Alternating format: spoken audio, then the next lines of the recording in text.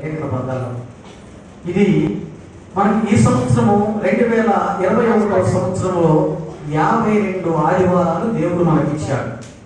ఈ 52 ఆదివారాల్లో మనకి ఎన్ని గతించిపోయాయి, ఎన్నో వారంలో మనం ఉన్నాం చెప్పగలుగుతారా ఎవరైనా? 40వ పునరుత్థానము ఈ దినము, 40వ ఆదివారం. అంతేకాకుండా ఈ సంవత్సరంలో 366 రోజుల్లో ఎన్నో రోజు ఇది చెప్పగలుగుతారు ఎవరైనా? 276వ రోజు. 73 రోజులు 75 రోజులు ప్రేమించాడు. 276వ రోజు మనల్ని ఈ రీతిగా దేవుడు యొక్క సీయోను ప్రార్థన మందికి తీసుకొని వచ్చాడు. దినములు చాలా చెడ్డవి, అంత్యకాలం సమీపించినది. దేవుడు రాకడ అతి త్వరలో మనకు కనపడుతూ ఉన్నది. కాబట్టి ప్రతి దినము కూడా మనం లెక్కించుకోవాలి. మనం ఈ రోజు వారమే కానీ రేపటి వారం అయితే కాదండి పిల్లల, జ్ఞాపకం చేసుకోవాలి. 275 రోజులు ప్రేమించి 76వ రోజున అంటే 40వ పునరుత్థాన దినము ఈ రీతిగా దేవుడు మనల్ని ప్రేమించి ఈ యొక్క సీయోను ప్రార్థన మందిరానికి తోడుకొని వచ్చారంటే ఎంత గొప్ప ధన్యత మనకి ఇచ్చాడండి. ఎంతగా ప్రేమించి దేవుడు మనల్ని కాపాడాడో మనం ప్రతి ఒక్కరు కూడా జ్ఞాపకం చేసుకోవాల్సిన సమయము ఆసనం అనేది మనం ఆలోచించదగ్గ విషయం కూడా. ప్రియులారా, మనం ఎంతో మంది ప్రతి దినం కూడా దేవుని ప్రార్థిస్తూ ఉంటాం, దేవుని యొక్క లేఖనాలు చదువుతూ ఉంటాం, అనేకమైనటువంటి వాక్యాలు ఇంత బోధలు దేవుని యొక్క లేఖన భాగాలు టీవీల ద్వారా సేవకుల ద్వారా వింటూనే ఉంటాం. మనం దేవుని యొక్క వర్తమానంలో దేవునికి చెందినటువంటి లేఖన భాగం నుంచి అనేకుల కొరకు ప్రార్థన చేయాలి. మన కుటుంబం కోసం, మన కోసం, మన వ్యక్తిగత జీవితం కోసం, మన తోటి వారి కోసం, ఇరుగుపొరి వారి కోసం, దేశం కోసం, రాష్ట్రం కోసం ప్రార్థన చేయమని అనేక మంది సేవకులు మనకు ఎన్నో విధాలుగా ప్రస్తావిస్తూనే ఉంటారు. మనం ఎంతవరకు ఎదుటి వారి గురించి ప్రార్థన చేశామో మనం జ్ఞాపకం చేసుకోవాలి. మనం ఎంతవరకు మన పక్క వారి గురించి ప్రార్థన చేశామో మనం జ్ఞాపకం చేసుకోవాలి. ఎంతవరకు మనము మన తోటి వారి గురించి, మన స్నేహితుల గురించి, మన తోబుట్టు వారి గురించి, మన బంధుమిత్రుల గురించి, మన రాజుల కొరకు, అధికారుల కొరకు ఎంతవరకు మనం ప్రార్థన చేయగలిగాం, మన ప్రార్థనలో ఎంతసేపు మనం జ్ఞాపకం చేసుకోగలిగాం మనం ఈరోజు జ్ఞాపకం చేసుకోవాలి. ఒక మాట మీకు చెప్తాను ప్రియమైన దేవుని వల్ల, ఇక్కడ భక్తులైనటువంటి ఒక నెహెమ్యా గారు ఒక చక్కని లేఖన మనకు ఈ రోజు అందిస్తా ఉన్నాడు. సో నేను ఒకసారి జ్ఞాపకం చేసుకున్నాం. నెహెమ్యా గ్రంథము, భక్తులైనటువంటి ఒక ప్రవక్త ఒక చక్కని లేఖన భాగంలో తెలియజేశాడు. భక్తులైనటువంటి నెహెమ్యా గ్రంథము పేజీ నెంబర్ 401 పేజీ తీశారండి. 401 పేజీ చూడండి. చదువుకున్న మొదటి అధ్యాయము మొదటి వచనం నుంచి కొన్ని లేఖన భాగాలు చదువుకున్నాం. కొన్ని వచనాలు చదవండి. అకల్య కుమారుడైన నెహెమ్యా యొక్క చర్యలు 25వ సంవత్సరంలో కిస్లేము మాసమున నేను చూస్తున్న కోటలో ఉండగా. ఇక్కడ నెహెమ్యా ఒక చక్కని లేఖన భాగాన్ని ఇశ్రాయేలు గురించి, ఇశ్రాయేలు రాజ్యం గురించి, దేవుని యొక్క బిడ్డల గురించి, దేవుని యొక్క నామములో జీవిస్తున్నటువంటి ఇశ్రాయేలు గురించి ఆరాధిస్తున్నటువంటి భక్తులైనటువంటి యొక్క నెహెమ్యా గారు ఏమంటున్నాడు ఇక్కడ చదవండి ఒకసారి. కోటలో ఉండగా నా సహోదరులలో అమానీయులు ఒకడును యూదులలో కొందరును వచ్చిరి. చెరపట్టబడిన శేషములో తప్పించుకున్న యూదులను కూర్చియు యెరూషలేమును కూర్చియు నేను వారిని అడగగా. చూసారు, ఇక్కడ ఒక చక్కని మాట మనం జ్ఞాపకం చేసుకోవాలి. యెరూషలేము వారిని, ఆ యొక్క షూషోను పట్టణంలో ఉన్నటువంటి వారిని, దేవుని యొక్క బిడ్డలైనటువంటి వారిని ఎలా ఉన్నారు, వారి జీవితం ఎలా ఉన్నది, వారు ఏ విధంగా జీవిస్తున్నారు, ఎటువంటి పరిస్థితుల్లో ఉన్నారని చెప్పి వారందరి గురించి ఆరాధిస్తున్నారండి. ఎవరైనా భక్తులైనటువంటి ఒక ప్రవక్త నెహెమ్యా ఇరుగు పొరుగు వారి గురించి, అంటే మన పక్క గ్రామాల గురించి కానివ్వండి, మన మండలం గురించి కానివ్వండి, మన గ్రామంలో ఉన్నటువంటి ఇరుగు పొరుగు వారి గురించి కానివ్వండి, మన రాజ్యం గురించి కానివ్వండి ఆరాధిస్తున్నాడు. మన గ్రామంలో మన ఇంటి పక్కన ఉన్న వారు ఎలా ఉన్నారు, మన పక్క పొరుగులో గ్రామంలో మన స్నేహితులు, బంధువులు ఎలా ఉన్నారో వారి గురించి ఆరాధిస్తున్నాడు. ఏకంత అవసరం లేదు కదా, అవసరం ఏమున్నది వారి గురించి తీయడానికి? దేవుని యొక్క ప్రేమ ఎదురులో ఉన్నది కాబట్టి, దేవుడిచ్చిన జ్ఞానము ఈయనకు కలిగినది కాబట్టి, దేవుడు మంచి మహాశక్తిని ఈ నెహెమ్యాకి అప్పగించాడు కాబట్టి ఇరుగు పొరుగు వారి గురించి ఆలోచిస్తా ఉన్నారు. ఇంకా ఏమంటున్నాడండి? వారు చెరపట్టిన వారి వారిలో శేషించిన వారు ఆ దేశంలో బహుగా శ్రమను నిందను పొందుచున్నారు. ఇశ్రాయేలు ప్రాంతంలో, ఇశ్రాయేలు రాజ్యంలో దేవునిటువంటి బిడ్డలు, దేవుని ఎరిగినటువంటి క్రైస్తవులు పరిశుద్ధ పట్టణంలో శరపట్టబడి ఉన్నారండి. శరలోకి వెళ్ళిపోయారటండి. శరలోకి వెళ్ళిపోవడం అంటే కష్టకాలంలో ఉన్నారు, ఇబ్బందుల్లో ఉన్నారు, ఇరుకులో ఉన్నారు, అనేకటువంటి బాధలు అనుభవిస్తూ ఉన్నారు దేవుని ఎరిగినటువంటి బిడ్డలు. మరి దేవుని ఎరిగినటువంటి బిడ్డల కష్టాలు ఎందుకు అనుభవించాలి? దేవుని ఎరిగినటువంటి బిడ్డలు, దేవుని యొక్క నామంలో జీవిస్తున్నటువంటి వారు ఎందుకు ఈ కష్టాలు అనుభవించవలసి వచ్చింది? ఇక్కడ జ్ఞాపకం చేసుకోవాలి ప్రియమైన వాళ్ళారా, ఎవరికి వారమే నెంబర్ వేసుకోవాలి మన హృదయాన్ని. దేవుని యొక్క మాటలు విసర్జించారు, దేవుని యొక్క నామాన్ని పెడచెవిన పెట్టారు, దేవుడు వారికి చూపినటువంటి గొప్ప బహు కార్యములన్నీ కూడా వారు విడిచిపెట్టారు. దేవుని యొక్క నామాన్ని అవమానపరిచారు, దేవుని యొక్క సన్నిధిని వారు తృణీకరించారు. దేవుని యొక్క సన్నిధికి రాకుండా వారు ఇష్టానుసారమైన జీవితం జీవించబట్టే వారికి శ్రమలు, నిందలు, బహు కష్టకాలము అనుభవించవలసి వచ్చిందట. రెండోసారి మనం జ్ఞాపకం చేసుకున్నాం. కొంచెం ముందుకు వెళ్దాం.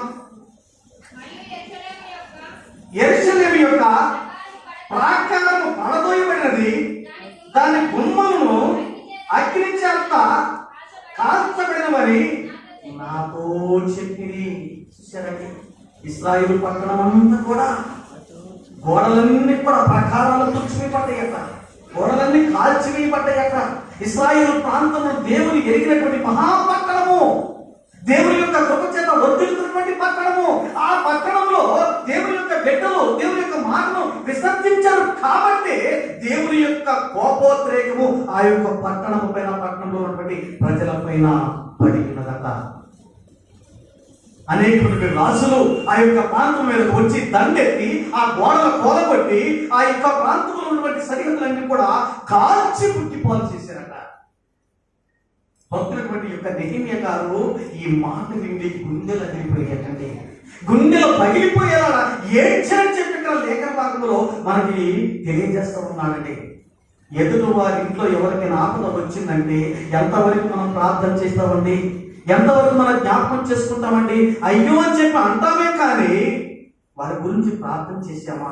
వారి గురించి మనం ఒక్కసారి దేవునికి విజ్ఞాపన చేశామా? వారి గురించి ఒక్కసారి మనము దేవుని యందు సాగిలపడ్డామా? ఏడ్చామా? కన్నీరు కార్చామా? దేవునికి మొరపెట్టామా? వారి కుటుంబాన్ని దీవించయ్యా, వారి కుటుంబాన్ని ఆ విధంగా నీవు నీ కనురెప్పలతో చూసి వారిని నేను ఎక్కడ సాగున మరుగు చేసుకోయ్యా, వారి కుటుంబాన్ని ఓదార్చయ్యని చెప్పి ఎంతవరకు నువ్వు ప్రార్థన చేశావు? వారి కష్టకాలంలో ఉన్నారేమో, వారి ఇబ్బందుల్లో ఉన్నారేమో, అనేక వ్యాధులతో ఉన్నారేమో, నువ్వు పక్క వారిని ఏ రోజున జ్ఞాపకం చేసుకున్నావా? దేవుని యొక్క బిడ్డగా నీవు రక్షణాత్మలోకి వచ్చినటువంటి నీవు ఎవరిని జ్ఞాపకం చేసుకున్నావు? ఎంతవరకు కూడా ఎంత సేపటికి నన్ను దీవించయ్యా, నా పొలాన్ని దీవించయ్యా, నా కుటుంబాన్ని దీవించయ్యా, నా బిడ్డలు దీవించయ్యా, నా కొడుకులు దీవించయ్యా, నేను చేసే ప్రతి పనిని దీవించయ్యా, నాకు అది కావాలయ్యా, ఇది కావాలయ్యా, ఈ దినం నేను ఎవరిని అడుక్కోకుండా నాకు సమృద్ధిగా కలగజేయ్యా. ఇది ప్రార్థన. అవునంటారండి? అవునన్నా చేస్తారా? ఇదే ప్రార్థన అయితే, ఇదే ప్రార్థన అయితే చెయ్యగలుగుతారా? లేదండి.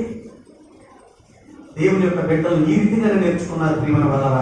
కానీ ఇక్కడ భక్తులైన నెహెమ్యా గారు ఏమంటున్నాడు? ఆ యొక్క పట్టణము పోల్చబడేది, బుగ్గిపాలైనది, వారి యొక్క శ్రమలో ఉన్నారు, వారి ఇబ్బందుల్లో ఉన్నారు, అనేకమైన కష్టాలు పాలవుతున్నారు, దేవుని యొక్క కోపాగ్నికి గురైపోయారని చెప్పి ఇక్కడ భక్తులైన నెహెమ్యా గారు ఏమంటున్నాడు? ఒకసారి మీరు జ్ఞాపకం చేసుకోండి.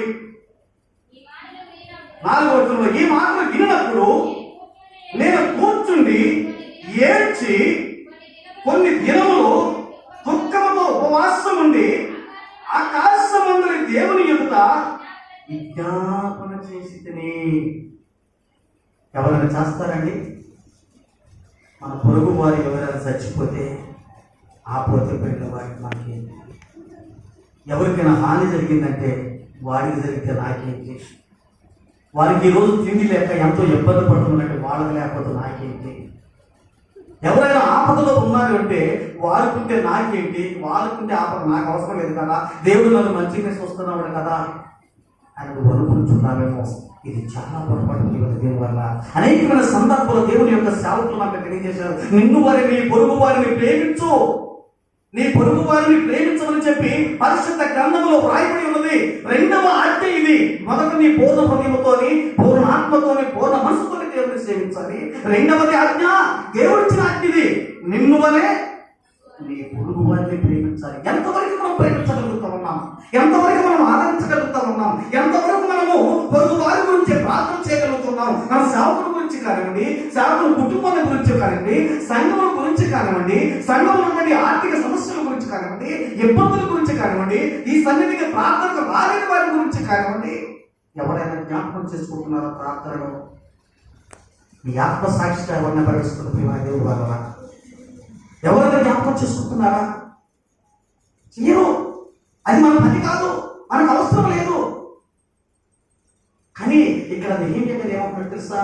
వారి పట్టణం ఎప్పుడైతే ఇక్కడ కోల్చబడిందో, గోడలు కోల్చబడినాయో, ఆ ప్రకారములన్నీ కూడా బుద్ధిపాలైనయో, ఆ మాట విని వారి మాటలు విన్నటువంటి, వారి దగ్గర సలహా తీసుకున్నటువంటి, వారు చెప్పినటువంటి మాటలు నెహెమ్యా ఒక్కసారి కృంగిపోయి ఏడ్చి కన్నీరు కాస్తూ దుఃఖంతో సాగిలపడి కొన్ని దినాలు ఉపవాసం నుండి ప్రార్థన చేశాడటండి. అటువంటి జీవితం లేకుండా ఈరోజు జ్ఞాపకం చేసుకుని వల్ల ఎంతవరకు నువ్వు ప్రేమించగలుగుతున్నావు? ఎంతవరకు నువ్వు ప్రార్థించగలుగుతున్నావు? ఎంతవరకు నువ్వు దీవించగలుగుతున్నావు? ఎంతవరకు నువ్వు దేవుని ముందు విజ్ఞాపన చేయగలుగుతూ ఉన్నావు? నేను జ్ఞాపకం చేసుకో. రండి కొంచెం ముందుకు వెళ్ళిపోదాం. భక్తుడు నెహెమ్యా ఏమంటాడు 5వ వచనంలో, ఎట్లనగా ఆకాశమందున్న దేవా యెహోవా, భయంకరమైన గొప్ప దేవా, నిన్ను ప్రేమించి నీ ఆజ్ఞను అనుసరించి నడుచు వారిని కటాక్షించి వారితో నిబంధన స్థిరపరచువాడా, నీ చెవి యొక్కి నీ నేత్రమును తెరిచి నీ సన్నిధి దివారాత్రము నీ దాసుని ఇశ్రాయేలు పక్షముగా నేను చేయు ప్రార్థన అంగీకరించుము. నీకు విరోధముగా పాపము చేసిన ఇశ్రాయేలు కుమారుల దోషము నేను ఒప్పుకొనుచున్నాను. అయ్యా, ఇశ్రాయేలులందరూ కూడా పాపము చేసి నీ మాటను పెడచెవిని పెట్టి నీ ఆజ్ఞను తిరస్కరించి నీ నామాన్ని అవమానపరిచారు కాబట్టి ఆ ప్రాకారాలన్నీ కూలిపోయాయ్యా. ఆ యొక్క గోడలన్నీ కూడా పట్టణం అంతా బుక్కిపాలైపోయిందయ్యా. వారు చేసిన పాపం వల్లే ఈ రీతిగా మేము శ్రమలు పడుతున్నామయ్యా, బాధలో పడుతున్నామయ్యా. వారందరూ చేసినటువంటి పాపముల వలన ఆ పాపములన్నీ కూడా మేము ఒప్పుకొనుచున్నామయ్యా, నన్ను క్షమించయ్యా, నా పక్షాన వారి పాపములన్నీ కూడా క్షమించమని చెప్పి ఈ యొక్క నెహెమ్యా దుఃఖముతో కన్నీటితో ఉపవాసం అనే ప్రార్థన చేస్తున్నాడండి. వీళ్ళనా ఎదురు వారి కోసం మనం ఎంతగా ఉపవాసం ప్రార్థన చేయగలుగుతాం? ఎంతగా దుఃఖించి ప్రార్థించగలుగుతాం? ఎంతగా ఏడవగలుగుతాం? దేవుని ముందు ఎంతగా మనము ప్రవేశపెట్టగలుగుతాం? ఈరోజు ఈ లేఖన భాగంలో మనం నేర్చుకోవాల్సినటువంటి విషయం ప్రేమ దేవుని బిడ్డ. ఎన్నోసార్లు విన్నాం. నేను ఇప్పుడు కూడా చెప్పాను, నిన్ను వలె నీ పొరుగు వారిని ప్రేమించమని చెప్పి ఎన్నోసార్లు యొక్క ప్రస్తుత గ్రంథంలోని ఆది కాండం నుంచి ప్రకటన గ్రంథం మనకి అనేక మార్లు హెచ్చరిస్తూ వస్తుంది. ఇది రెండవ ఆజ్ఞ, దేవుడి చెరువుడి ఆజ్ఞ. ఇది ఎంతగా ఏడ్చాడు. ఆ పాపము నేను ఒప్పుకుంటున్నానయ్యా, వారు చేసిన పాపాలన్నిటికీ నేను ఒప్పుకుంటున్నానయ్యా, నన్ను క్షమించయ్యా, మా పట్టణాన్ని అంతా కూడా దీవించయ్యా. ఎంత చక్కగా, ఎంత ప్రేమతో యొక్క మాటలో నెహెమ్యా అంటే తెలియజేస్తున్నాడు. జ్ఞాపకం చేసుకోవాలి, ఆలోచించాలి, మన హృదయాన్ని దేవుడికి సమర్పించుకోవాలి. రండి ఒకసారి మనం జ్ఞాపకం చేసుకుందాం. నీ చెవి యొక్కి నీ నేత్రము తెరిచి నీ సన్నిధిని దివారాత్మ నీ దాసులైన ఇశ్రాయేలు పక్షముగా నేను చేయు ప్రార్థన అంగీకరించుము. నీకు విరోధముగా పాపము చేశామయ్యా, నీ మాటను ధృవీకరించామయ్యా, నీ మాటలో పెడచెవిని పెట్టి నేను ఒంటరి జీవితాన్ని నా పోపడని పోతా ఉన్నాను, నా జీవితాన్ని నేను జీవిస్తా ఉన్నాను, నా కుటుంబం కొరకే జీవిస్తా ఉన్నాను, నేను నా వ్యక్తిగతంగా జీవిస్తున్నాను. కానీ ఎదుటి వారి గురించి ఎవరు కూడా ఆలోచించిన వారని కాదయ్యా, నీ ముందు ప్రవేశపెట్టిన వాడు కాదయ్యా, నేను ప్రార్థించిన వాడు కాదయ్యా, ప్రార్థించిన దాన్ని కాదయ్యా, నన్ను క్షమించమని చెప్పి ఏమంటాడు? పాపము చేసిన ఇశ్రాయేలులందరూ కూడా పాపము చేసిన ఇశ్రాయేలు కుమార్తె దోషులను నేను ఒప్పుకొనుచున్నాను. నేను నా తండ్రి ఇంటి వారిని పాపము చేసి ఉన్నాము. నీ ఎదుట బహు అసహ్యముగా ప్రవర్తించుకుని నీ సేవకుడైన మోషే చేత నీవు నిర్ణయించిన ఆజ్ఞలైనను కట్టడలైనను విధులైనను మేము గైకొనకపోతివి. నీ సేవకుడైన మోషేకు నువ్వు సెలవిచ్చిన మాటలు జ్ఞాపకము తెచ్చుకోకము.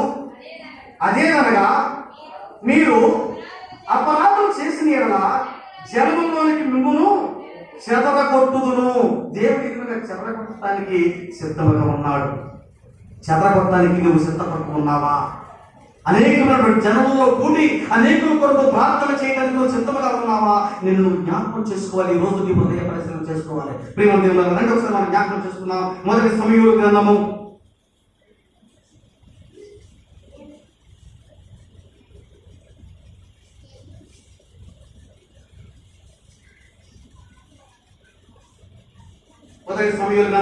7వ అధ్యాయము 5వ వచనం కూడా ఒకసారి మనం జ్ఞాపకం చేసుకుంటే, ఇక్కడ భక్తులైన సమూయేలు గారు కూడా అగ్ని ఇశ్రాయేలు గురించి ఏ విధంగా పశ్చాత్తాపడుతున్నాడో, ఏ విధంగా వారి గురించి ఒక్కాడిస్తున్నాడో ఇక్కడ మనం జ్ఞాపకం చేసుకుందాం. మొదటి సమూయేలు గ్రంథం 7వ అధ్యాయము 5వ వచనంలోని, అందులో సమూయేలు ఇశ్రాయేలు అందరినీ మిస్పాకు పిలవనప్పుడు నేను మీ పక్షమున యెహోవాను ప్రార్థన చేసిందని చెప్పగా వారు మిస్పాలో కూడుకొని నీళ్లు చేరి యెహోవా సన్నిధిని కుమ్మరించి ఆ దినము ఉపవాసం నుండి యెహోవా దృష్టికి మేము పాపాత్ములని ఒప్పుకునిది. ఆ పట్టణం అంతా కాలిపోయింది కాబట్టి, పట్టణం అంతా కోర్చబడ్డది కాబట్టి, శరలో నుంచి వారు ఇంకా విడిపించలేదు కాబట్టి, భక్తులైన సమూయేలు గారు కానివ్వండి, ఇక్కడ న్యాయాధిపతి అయినటువంటి ఇక్కడ నెహెమ్యా కానివ్వండి, ఎంతగా దుఃఖము సల్పి ఏడ్చి ఇశ్రాయేలు దేవుని బిడ్డల కోసం ఎంతగా ప్రార్థన చేశారో ఈరోజు మీరు జ్ఞాపకం చేసుకోవాలి. ప్రియమైన దేవుని వల్ల అటువంటి మీరు హృదయ శుద్ధి కలిగి మీ పూర్ణ హృదయంతో, మీ పూర్ణాత్మతో, పూర్ణ మనసుతో నీ యొక్క దేవుడి అత్యాంశ ప్రకారం నిన్ను వారిని, నీ పొరుగు వారిని ప్రేమించి నువ్వు ఏ విధంగా నీ తోటి వారి కోసం, నీ కుటుంబం కోసం, నీ రాజ్యం కోసం, అధికారుల కోసం ప్రార్థన చేస్తావో, నీవు హృదయ శుద్ధి కలిగి జీవిస్తావో, నువ్వు ఎటువంటి జీవితాన్ని జీవిస్తావో, పక్కన దానియేలు గారు ఒక మాట చెప్తున్నాడు. ఈ మాట చెప్పి ముగిస్తాను. ప్రియమైన దేవుని వల్ల పక్కన దానియేలు గ్రంథము 12వ అధ్యాయము, నువ్వు ఆ రీతిగా అటువంటి నిబద్ధత కలిగి నిన్ను వల్ల నీ పొరుగు వారిని ప్రేమిస్తూ, నీ వల్ల నీ పొరుగు వారి కోసం ప్రార్థన చేస్తూ, ఎదుటి వారి కుటుంబం కోసం, ఎదుటి గ్రామం కోసం, నీ రాజ్యం కోసం, అధికారుల కోసం, నీ గ్రామంలో ప్రతి ఒక్క కుటుంబం కూడా మార్చడం కోసం, దేవుని యొక్క నామాన్ని ప్రకటించడం కోసం నువ్వు ప్రార్థన చేసి ఆయన యొక్క నామంలో నువ్వు హత్తుకుని జీవించినట్లయితే నిన్ను ఏ విధంగా ఇచ్చిస్తున్నాడో దేవుడు ఇక్కడ ఒకసారి జ్ఞాపకం చేసుకో. దానియేలు గ్రంథం 12వ అధ్యాయము 3వ వచనంలో, బుద్ధిమంతులైతే ఆకాశ మండలంలోని జ్యోతుల పోలి వారై ప్రకాశించదు, నీతి మార్గమును అనుసరించి నడుచుకున్నట్లు ఎవరు అనేకులను త్రిప్పుదురో వారు నక్షత్రము వలె నిరంతరమును ప్రకాశించదరు. దేవునికి స్తోత్రము కలుగును గాక. చూసారా ప్రియమైన దేవుని వారా, నువ్వు అటువంటి హృదయ శుద్ధి కలిగి నీ కోసం, నీ కుటుంబం కోసం, నీ పొరుగు వారి కోసం, నీ యొక్క రాజ్యం కోసం, అధిపతుల కోసం, అధికారుల కోసం, సేవకుల కోసం, సేవకుల యొక్క కుటుంబం కోసం, సంఘం కోసం, సంఘం అభివృద్ధి కోసం ఎంతగా ప్రార్థులాడి దుఃఖముతో చూపి ఉపవాసం ఉండి ప్రార్థన చేస్తావో, విరిగినటువంటి హృదయాన్ని దేవునికి సమర్పించుకుంటావో, అట్టి హృదయాన్ని దేవునికి సమర్పించుకున్నటువంటి బిడ్డలందరూ కూడా ఎలా ఉంటారంట? ఎలా ఉంటారంటండి? ఆకాశంలోని నక్షత్రంలో జ్యోతులను పోలు వారి ఉంటారట. ప్రియమైన దేవుడు వారా, అలా జ్యోతుల వెలిగించడానికి, నక్షత్రంలో చూపించబడటానికి నువ్వు సిద్ధంగా ఉన్నావా? ఈ దినం నువ్వు పరీక్ష చేసుకోవాలి. ఈ దినం నుంచి నువ్వు ఆరంభించాలి. దేవుని యొక్క నామాన్ని ప్రకటించాలి. అనేకుల మధ్యలో నేను దేవుని బిడ్డను, నేను క్రైస్తవుడను, పరిశుద్ధ గ్రంథము ఎరిగిన వాడను, నేను దేవుని యొక్క సన్నిధికి నిత్యము ఆయన సన్నిధికి ప్రకాశించి పరుగెత్తే వాడను, దేవుని యొక్క సన్నిధికి నేను కూడా విడనాడేవాడు కాదని చెప్పి ధైర్యంతో చెప్పుకున్నటువంటి మనోధైర్యం నీకు కావాలి. అటువంటి ధైర్యం నీకుందా? అటువంటి మనసు నీకుందా? అటువంటి హృదయం నీకుందా? అటువంటి జీవితం కలిగి ఉన్నావా? జ్యోతుల వల్లే, ప్రకాశవంతుల నక్షత్రం వల్లే వెలగడానికి దేవుని యొక్క సన్నిధిలో సుముఖంగా ఉన్నావా? నేను జ్ఞాపకం చేసుకోగలిగిన అనేకులకు ప్రార్థన చేసి నీ కుటుంబం అంతా దీవించబడాలంటే, అనేకుల కొరకు ప్రార్థన చేసి నీ కుటుంబం కోసం పొందండి. ఎదుటి వారి కోసం ప్రార్థన చేస్తే వారి యొక్క దీవెన, వారికి ఇచ్చినటువంటి దేవుని యొక్క